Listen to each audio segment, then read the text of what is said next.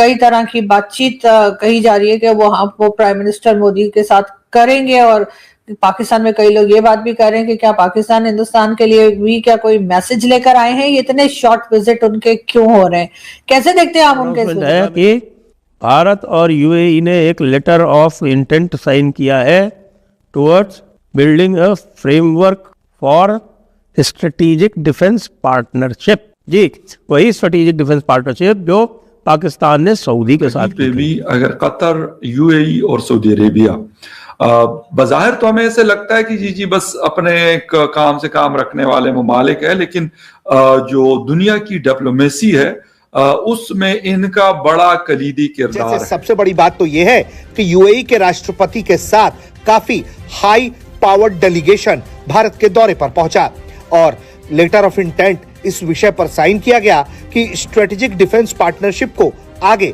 कैसे मजबूत करना है। यानी कि साफ है कि एक तरीके से सऊदी और पाकिस्तान के बीच में जो डिफेंस स्ट्रेटेजिक पार्टनरशिप हुई थी उसका काट यूएई भारत के रास्ते देखना चाहता है। सबसे बड़ी न्यूज है of this year, UAE and India to boost the trade to $200 billion. That's another news. That is an other news.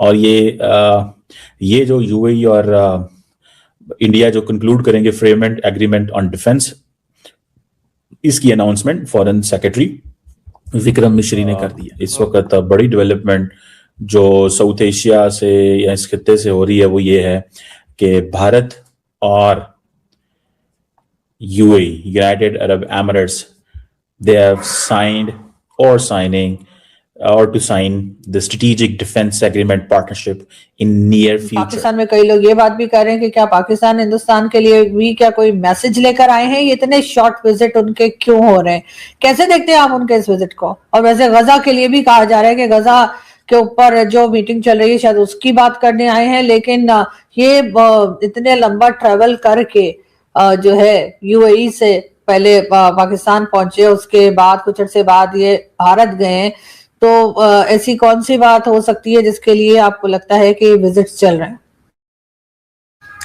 Ji thank you very much and good evening to everyone. Actually कहीं पे भी अगर Qatar, UAE और Saudi Arabia बज़ाहिर तो हमें ऐसे लगता है कि जी बस अपने काम से काम रखने वाले ममालिक है, लेकिन जो दुनिया की डिप्लोमेसी है उसमें इनका बड़ा कलीदी किरदार है।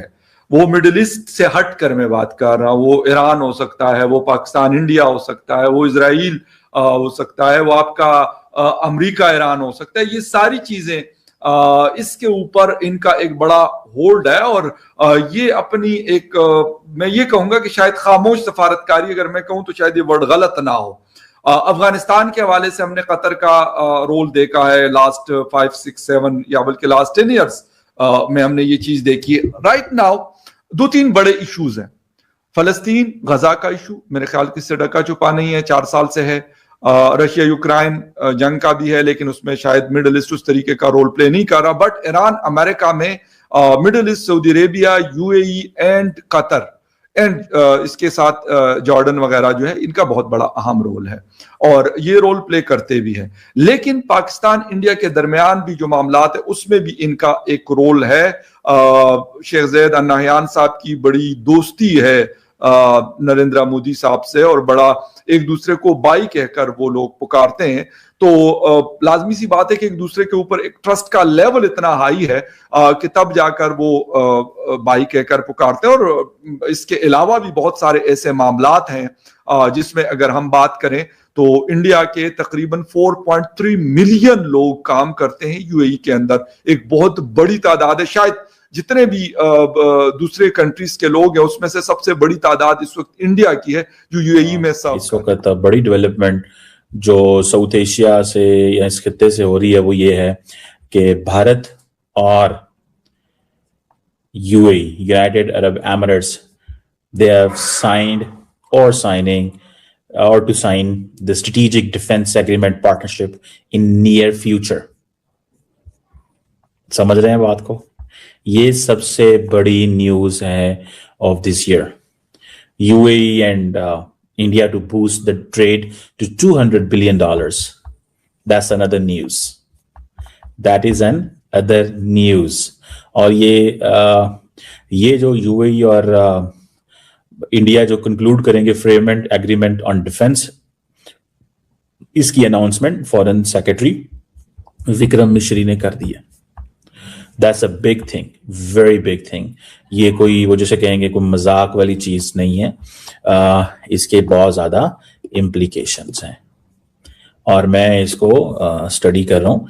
और सबसे इंपॉर्टेंट बात मैं आपको बताता चलूँ, सिग्निफिकेंट चीज कि जो जॉइंट जो मीटिंग हुई है प्राइम मिनिस्टर मोदी की, जो प्राइम मिनिस्टर मोदी की मीटिंग हुई है, वो इंटरेस्टिंग उसमें चीज यह थी कि जो लीडरशिप है इंडिया की और यूएई की, वो उस मीटिंग में जो कुछ वो कर रहे थे, आपके लिए इंटरेस्टिंग बात है कि उसमें there was no one sitting other than the two leaders. There was no one sitting other than the two leaders. इन दोनों के दरमियान अलावा और कोई नहीं बैठा हुआ था. तो इससे आपको पता चलता है कि दैट वाज समथिंग सिग्निफिकेंट.